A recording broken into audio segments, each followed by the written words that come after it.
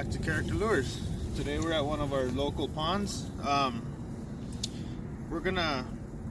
First I'll show you our setup.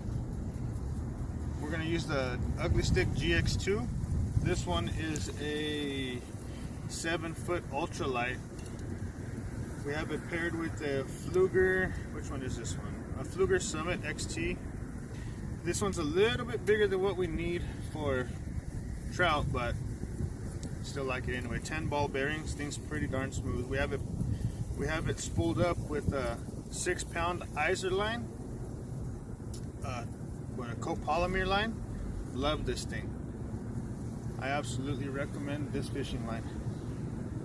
So what I'm really going to do is show you how to tie what knot I prefer. Come on, darn it. The knot I prefer to use for tying on our spoons. Some people don't like to use swivels and it'll tie directly to the lure. I personally like to use a swivel because for me I think it allows more action. So okay, you go through there. This knot's called a polymer knot.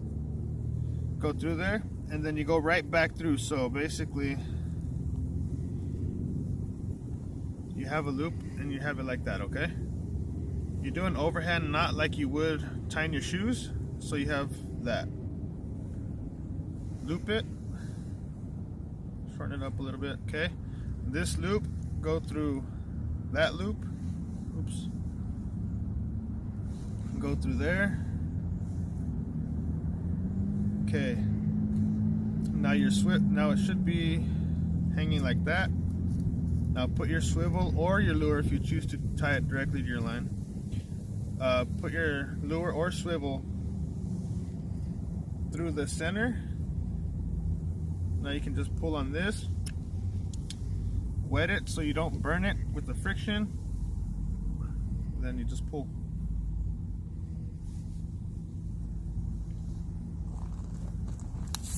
Clip. And that is arguably the strongest knot, or one of the strongest knots. So that is how I prefer to tie our lures on. We have our swivel tied on with our Palomar knot. Go to our tackle box. So this is what we do. We custom paint spoon lures. UV is our normal enhancement, and I'll go into that in another video, but here's some. American flag, gotta love it, huh? We have two styles actually.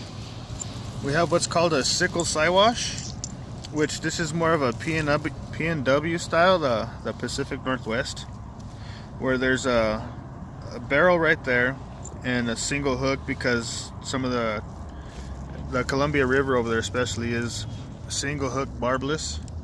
So this is more designed for that, targeted for that area. Then we also have the traditional, let's go with this one, treble hook. So what I would do, I'm gonna use our fire tagger. So I personally, like I said, my opinion, just like clipping directly to it. It'll help eliminate line twist. If it spins, it happens to spin in the water for whatever reason, but it just wobbles back and forth. So that is my preferred method for tying up one of our spoon lures. Now, let's fish.